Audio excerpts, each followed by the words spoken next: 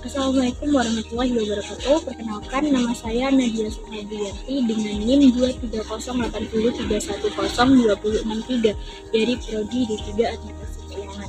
Saya akan membahas materi tentang peran Bank Indonesia dan OJK atau regulator. Berikut adalah topik pembahasan yang akan dibahas pada materi kali ini.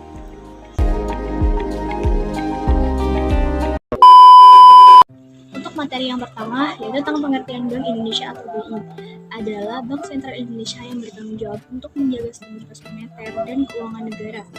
Salah satu tugas utama BI adalah mengatur dan mengawasi kebijakan moneter, termasuk mengendalikan inflasi dan menjaga stabilitas nilai tukar rupiah. BI juga bertanggung jawab untuk mengatur dan mengawasi perbankan, termasuk memberikan izin operasional kepada bank, mengawasi kepatuhan bank terhadap peraturan, dan menetapkan kebijakan suku bunga dan likuiditas.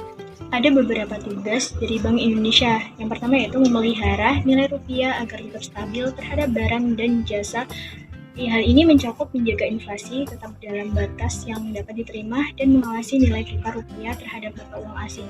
Dengan demikian, BI berusaha menjaga daya beli rupiah sehingga masyarakat dapat membeli barang dan jasa dengan harga yang stabil. Yang kedua yaitu memelihara nilai rupiah agar tetap stabil terhadap mata uang asing. Untuk menjaga agar nilai tukar rupiah tidak mengalami fluktuasi yang berlebihan terhadap mata uang asing, sehingga stabilitas ekonomi negara terjaga dan perekonomian dapat berjalan dengan baik. Hal ini melibatkan intervensi pasar valuta asing, kebijakan moneter, dan upaya lainnya untuk menjaga stabilitas nilai tukar rupiah. Yang ketiga yaitu menyusun dan mengatur regulasi bagi seluruh bank di Indonesia adalah untuk memastikan bahwa sistem perbankan beroperasi dengan transparan, efisien, dan sesuai dengan standar keamanan serta keuangan yang ditetapkan. Hal ini mencakup pembuatan kebijakan terkait pemodelan, likuiditas, pengawasan risiko, dan tata kelola perbankan yang baik. Hal ini bertujuan untuk melindungi kepentingan nasabah, menjaga stabilitas sistem keuangan, dan mendukung pertumbuhan ekonomi yang berkelanjutan. Yang keempat adalah melakukan riset dan pengawasan, mengumpulkan data dan menganalisa informasi terkini tentang kondisi ekonomi, pasar keuangan, serta sektor perbankan. Melalui riset, BI dapat mengidentifikasi potensi risiko dan peluang yang mungkin terpengaruh stabilitas ekonomi dan keuangan.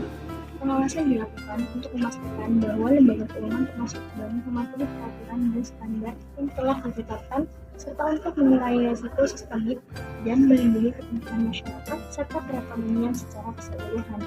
Yang kelima, menyimpan dana kas negara. Bank Indonesia bertanggung jawab atas penyimpanan dan pengelola dana pemerintah termasuk penerimaan pajak, pendapatan negara lainnya, serta pembayaran belanja pemerintah. Hal ini dilakukan untuk memastikan ketersediaan dana yang memadai untuk kebutuhan operasional pemerintah serta untuk menjaga stabilitas keuangan negara.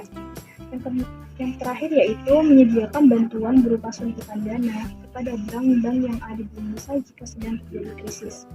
Untuk materi 3 ini tentang fungsi dan tujuan Bank Indonesia dalam mencapai dan menyukseskan tujuan tunggal dari Bank Indonesia, yaitu menjaga nilai rupiah agar tetap stabil. Maka Bank Indonesia memiliki 3 pilar utama fungsi Bank Indonesia, yang mana hal ini juga mengikuti batasan tugasnya. 3 pilar utama dari fungsi Bank Indonesia adalah: 1. Mengesahkan dan melakukan kebijakan moneter. 2. Peran Bank Indonesia dalam sistem pembayaran adalah untuk mengatur dan mengawasinya agar tetap lancar. Yang ketiga yaitu memelihara sistem keuangan agar tetap stabil. Berikutnya yaitu tentang pengertian OJK. OJK adalah lembaga independen yang bertanggung jawab untuk mengawasi dan mengatur seluruh sektor jasa keuangan di Indonesia, termasuk perbankan, asuransi, dan pasar modal. OJK bertujuan untuk melindungi kepentingan nasabah dan menjaga stabilitas sistem keuangan. OJK memiliki wewenang untuk memberikan izin operasional kepada bank, mengawasi kepatuhan bank terhadap peraturan, dan menetapkan kebijakan terkait pengawasan dan regulasi sektor perbankan. Tujuan pembentukan OJK. Pembentukan OJK bertujuan untuk menjalankan keseluruhan di dalam sektor jasa keuangan. Yang pertama yaitu terselenggara secara tertib, adil, transparan, dan akuntabel, yang artinya menciptakan lingkungan yang memungkinkan semua pelaku pasar untuk beroperasi dalam kerangka yang jelas dan teratur, dan akses yang sama terhadap informasi untuk membuat hukum yang adil.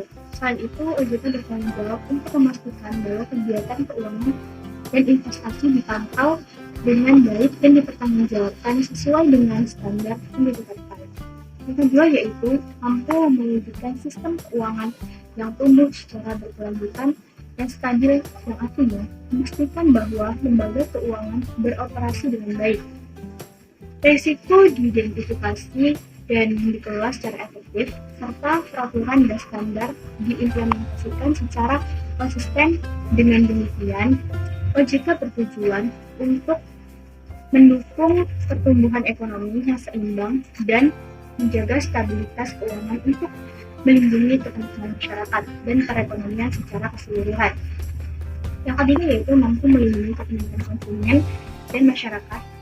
Yang dimaksud yaitu bahwa lembaga keuangan memberikan layanan yang adil, transparan, dan aman bagi nasabah. Hal ini mencakup pengawasan bisnis yang tidak etis atau merugikan konsumen, memberikan edukasi keuangan kepada masyarakat, serta menyediakan saluran pengaduan yang efektif.